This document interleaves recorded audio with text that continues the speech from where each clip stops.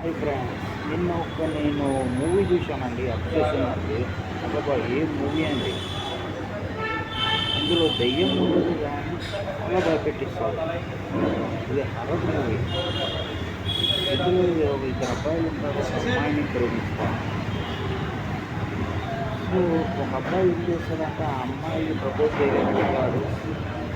So ఆ అమ్మాయి తను ప్రేమించేలాగా చేయాలని జస్ట్ లైక్ బ్లాక్ మ్యాజిక్ ఏదో కొంటాడు జనరల్ స్టోర్స్ నుంచి. మేక్ ఏ విష్ అని, ఆ మేక్ ఏ విష్ అది కొని ఐటమ్ అది బ్రేక్ చేసి తన విష్ చెప్తే విష్ పూర్తి అవుతుంది అన్నమాట.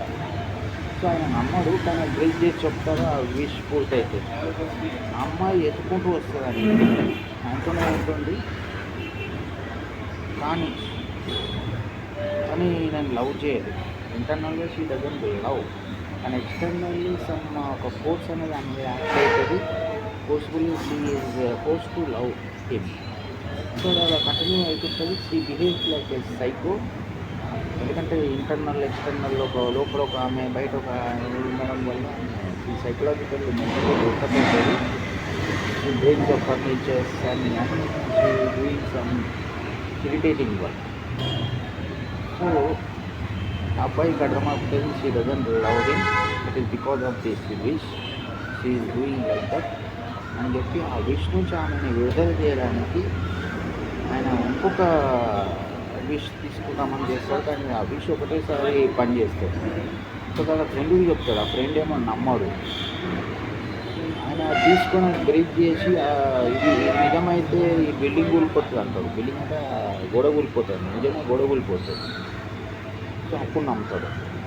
సో అది that is different.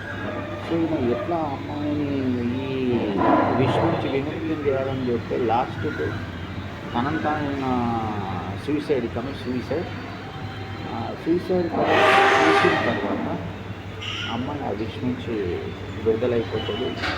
So movie అయితే ఇట్ ఈస్ గోస్ట్ ఏం ఉండదు, హర్రర్ మూవీ అండి.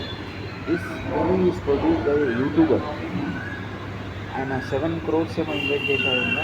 ఈ ఎండ్ 800 crores అనమాట.